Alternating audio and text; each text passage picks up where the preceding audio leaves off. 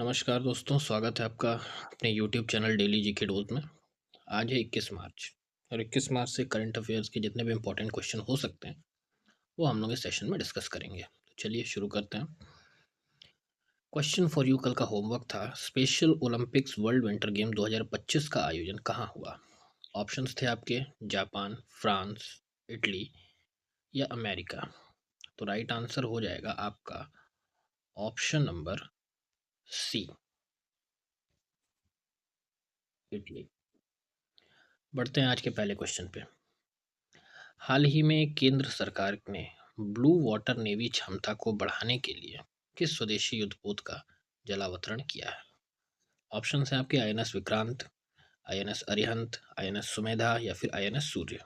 तो right answer है आपका option number C, INS Sumedha. INS Sumedha जो है वो एक स्वदेशी अपतटीय गश्ती पोत है जिसको गोवा शिपयार्ड लिमिटेड द्वारा बनाया गया है। बढ़ते हैं अपने अगले क्वेश्चन पे हम लोग। क्वेश्चन नंबर 2, तेलंगाना एमएलसी चुनाव 2025 में जिस संवैधानिक अनुच्छेद के तहत चुनाव हो रहे हैं वह किससे संबंधित है। ऑप्शन है आपके अनुच्छेद 168, अनुच्छेद 169, अनुच्छेद 171 या अनुच्छेद 174। तो राइट आंसर हो जाएगा आपका ऑप्शन नंबर सी, अनुच्छेद 171। अनुच्छेद 171 क्या है कि भारतीय संविधान में राज्य विधान परिषद के गठन और इसकी संरचना से संबंधित है। यह अनुच्छेद उन राज्यों पर लागू होता है जहां द्विसदनीय विधायिका है, यानी कि बाइकैमरल सिस्टम जहां पे है वहां पे अनुच्छेद 171 लागू होता है। नेक्स्ट क्वेश्चन पे चला जाए। न्यायपालिका की स्वतंत्रता किस अनुच्छेद के तहत भारत में संरक्षित है, लेकिन व्याख्या के अनुसार न्यायिक सक्रियता की अवधारणा किस न्यायिक फैसले से उभरी थी। तो ऑप्शन हैं आपके केशवानंद भारती केस, गोलकनाथ केस, मनोज नारायण बनाम भारत सरकार या इंदिरा गांधी बनाम राज्यसभा। तो राइट आंसर हो जाएगा आपका option number A, Keshavananda Bharati case. Keshavananda Bharati case जो है वो आपका 1973 में हुआ था। केशवानंद भारती केस बनाम केरल राज्य से, और इसको सबसे महत्वपूर्ण माना जाता है क्योंकि इसी फैसले से संविधान की मूल संरचना की अवधारणा की गई है। नेक्स्ट क्वेश्चन पे चला जाए। अगला क्वेश्चन है हमारा, हाल ही में खबरों में रही बैरेट 50 कैलिबर स्नाइपर राइफल किस देश द्वारा विकसित की गई जिसे भारतीय सेना में शामिल किया गया है। ऑप्शन है आपके रूस, अमेरिका, इजराइल या फिर फ्रांस। तो राइट आंसर हो जाएगा आपका ऑप्शन नंबर बी, अमेरिका। दुनिया की जो सबसे खतरनाक स्नाइपर गन है वो है बैरेट 50 कैलिबर स्नाइपर राइफल। इसका उपयोग Indian army, US army, NATO देश और कई देश की सेनाएं भी कर रही हैं। नेक्स्ट क्वेश्चन पे चलते हैं हम लोग। राजौरी विस्फोट घटना हाल ही में चर्चाओं में रही। यह इलाका मुख्य रूप से किस भौगोलिक संरचना के अंतर्गत आता है। ऑप्शन है आपके शिवालिक पर्वतमाला, कश्मीर घाटी, काराकोरम श्रेणी या सतपुड़ा पर्वत। तो राइट आंसर हो जाएगा आपका ऑप्शन नंबर ए, शिवालिक पर्वतमाला।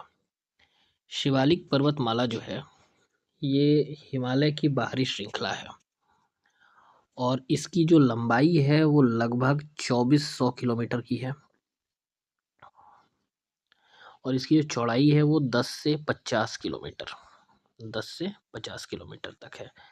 इसको फुट हिल्स भी कहा जाता है हिमालय का। नेक्स्ट क्वेश्चन पे बढ़ा जाए। नेक्स्ट क्वेश्चन है हमारा, हाल ही में जलवायु संकट से निपटने हेतु भारत सरकार ने जिस मिशन लाइफ को लॉन्च किया उसकी अवधारणा किसने दी थी। ऑप्शन हैं आपके डॉक्टर मनमोहन सिंह, नरेंद्र मोदी, राजेंद्र पचौरी या फिर सुंदर पिचाई। तो राइट आंसर है आपका option number B, Narendra Modi. अब चूंकि लाइफ मिशन लाइफ जो है इसका फुल फॉर्म है आपका life style for environment. Lifestyle for environment इसको लागू किया था 20 अक्टूबर 2022 में। लेकिन अभी हमारे एग्ज़ाम के पर्सपेक्टिव से ये इम्पोर्टेंट है क्योंकि कोप 28 में इसकी बहुत चर्चा हुई है। और ROARO में अभी आने की पूरी उम्मीद है। तो इस चीज़ को ध्यान रखिएगा। लाइफ मिशन जो है उसका full form lifestyle for environment है। COP 28 में इसकी चर्चा हुई है और 20 अक्टूबर 2022 को इसको लॉन्च किया गया था माननीय प्रधानमंत्री नरेंद्र मोदी द्वारा। नेक्स्ट क्वेश्चन पे चलते हैं हम लोग।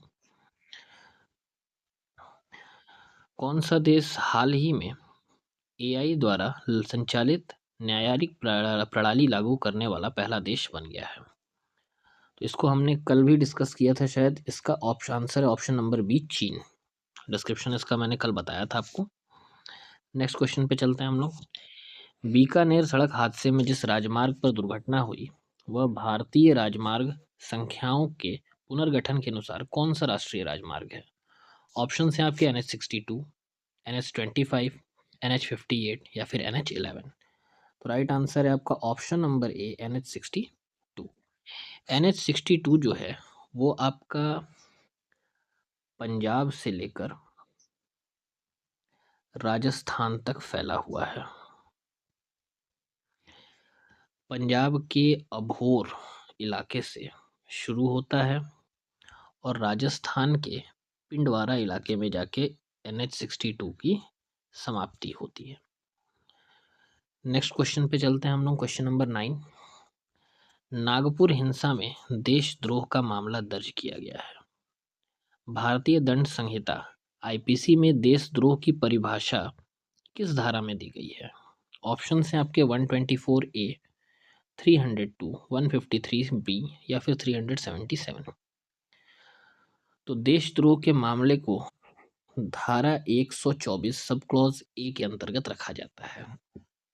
IPC की धारा 124A के तहत भारत सरकार के खिलाफ किसी भी प्रकार की भड़काऊ, असंतोष फैलाने वाली या हिंसात्मक भावना भड़काने वाली गतिविधियों को देशद्रोह माना जाता है।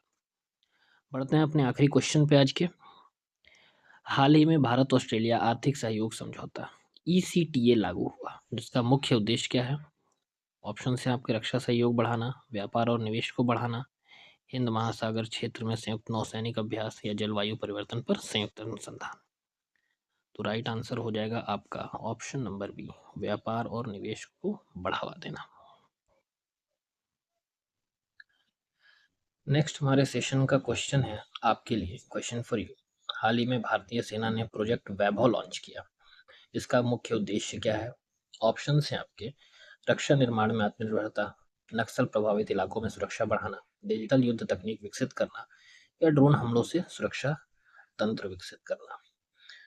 तो जो भी इसका आंसर होगा आप कमेंट बॉक्स में करिएगा, क्योंकि जो चीज़ आप खुद से सर्च करेंगे वो आपके दिमाग में ज़्यादा रहेगा। और ये हमारा सेशन का आखिरी क्वेश्चन था। यहाँ हमारा सेशन ख़त्म होता है। उम्मीद करता हूँ आपको अच्छा लगा होगा। जो भी लगा हो आप कमेंट सेक्शन में ज़रूर बताएं, ताकि हमें भी मोटिवेशन मिले और कुछ हम सुधार कर सकें। या फिर कुछ और भी क्वेश्चंस चाहिए हो किसी टॉपिक पे पर्टिकुलर तो आप बताएं। हम पूरा प्रयास करेंगे कि उस टॉपिक पे हम सारा क्वेश्चन लेके आएँ और आपके सारे डाउट्स क्लियर करें। सेशन खत्म होता है। धन्यवाद।